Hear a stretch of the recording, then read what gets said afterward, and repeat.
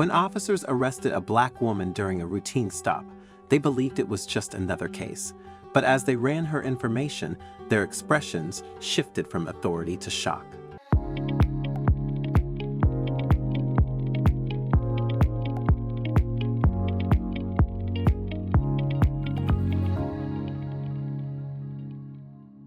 On a busy afternoon in downtown Atlanta, Dr. Helen Murphy, a highly respected African-American neurosurgeon, was heading home after a grueling shift at the hospital. Known for her exceptional skill and dedication, she had spent years establishing her reputation in the medical field. After completing a grueling 12-hour surgery, Helen was eager for a quiet evening at home. Dressed casually, she stopped at a convenience store to grab a few essentials before heading back. The neighborhood buzzed with activity as people went about their day. As she walked in, she couldn't help but notice the cashier, a young woman named Catherine, watching her with visible unease. Helen brushed it off, assuming her exhaustion made her look disheveled.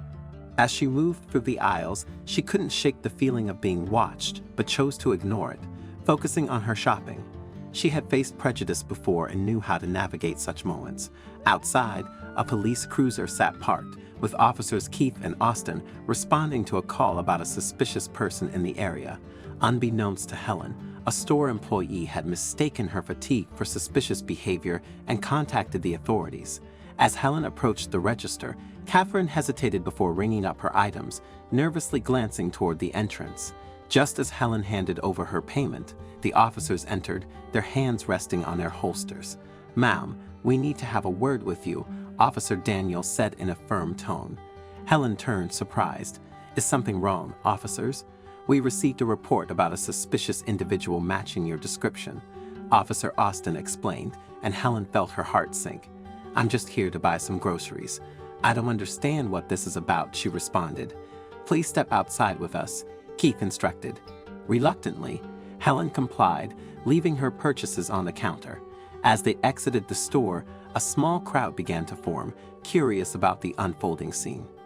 Helen attempted to explain herself, but the officers appeared uninterested in hearing her side of the story. "Do you have any identification on you?" Austin asked. Helen reached into her bag for her ID, but before she could pull it out, Officer Keith grabbed her arm roughly. "Don't move," he barked. "I'm just getting my ID." Helen calmly replied, despite the rising fear inside her.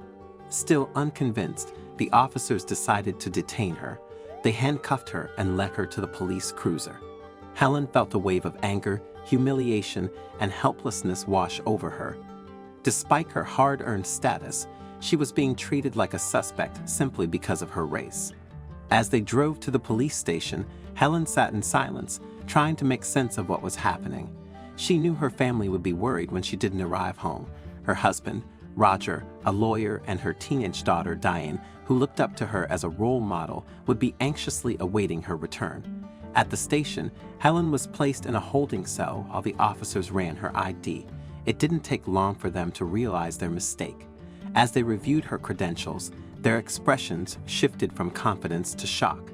"She's a neurosurgeon," Austin whispered to Keith, eyes widening. "And a highly respected one at that," Keith muttered.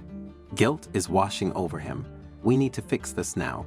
The officers immediately contacted their precinct captain. Captain Cook, a no-nonsense veteran of the force, arrived within minutes. After a quick glance at Helen's file, he ordered her immediate release. "This is a serious mistake," Cook said, his voice tight with frustration. "Dr. Murphy, I offer my deepest apologies. You should never have been treated like this." Helen was released from the holding cell, her wrists aching from the handcuffs. As she faced the officers, her expression was calm but resolute, masking the deep disappointment she felt.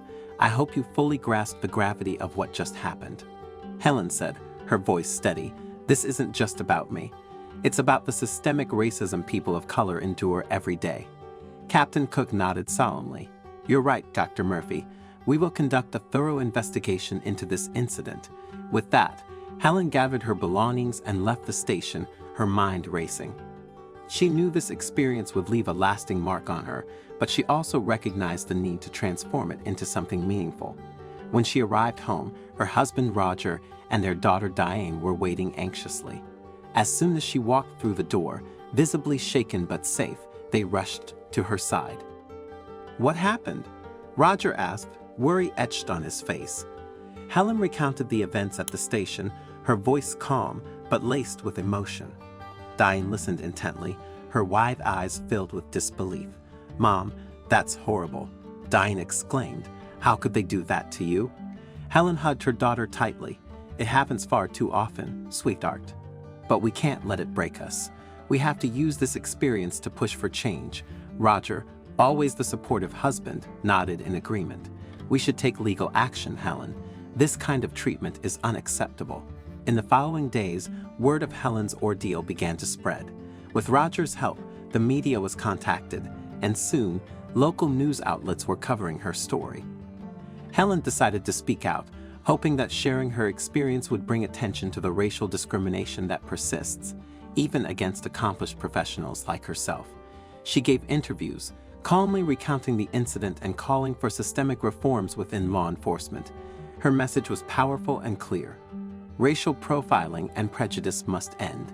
Helen knew her story had the potential to spark conversations and, more importantly, inspire change. Support poured in from all corners. Her community, colleagues, and even strangers were moved by her story. Helen received an outpouring of letters and emails from people who had endured similar experiences, thanking her for being a voice for change. Under increasing public pressure, the police department introduced mandatory sensitivity and bias training for all officers. Captain Cook reached out to Helen personally once again, offering a sincere apology and vowing to work toward a more equitable and just policing system. Helen's determination only grew stronger. She collaborated with local civil rights organizations to push for policy reforms and enhanced training programs for law enforcement. She began speaking at community gatherings, hospitals, and schools, sharing her message of unity and justice. Through her efforts, Helen emerged as a prominent advocate for social change, using her platform to champion the fight for equality.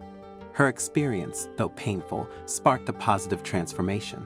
One evening, while her family gathered around the dinner table, Diane gazed at her mother with admiration. "Mom, I'm so proud of you. You're truly making a difference." Helen smiled, feeling a surge of pride. "Thank you, Diane. But remember, this isn't just about me. It's about all of us standing together to create a better world," Roger said, raising his glass. "To Helen and the fight for justice, may we always strive to do what's right." As their glasses clinked, Helen felt a deep sense of fulfillment. The road ahead would be challenging, but with her family's support and unwavering purpose, she was ready for whatever came next. What started as an act of injustice became a turning point in her life, igniting her passion for advocacy and her dedication to the fight for equality. Through her resilience and determination, she inspired others to take a stand, proving that even in the face of adversity, one person can spark real change.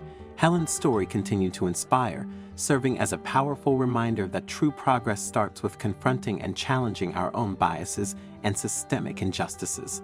As long as voices like hers speak out, there remains hope for a future where everyone is treated with dignity and respect, regardless of race. Her journey sheds light on the realities of discrimination and the vital importance of standing up for justice. I'm really keen to know your thoughts on this story, so please don't hesitate to share your insights in the comments section below. If you enjoyed this video and found it engaging, I invite you to subscribe to our channel for more similar content. Feel free to share this video. Take good care of yourselves, and I'm excited to connect with you in our future videos.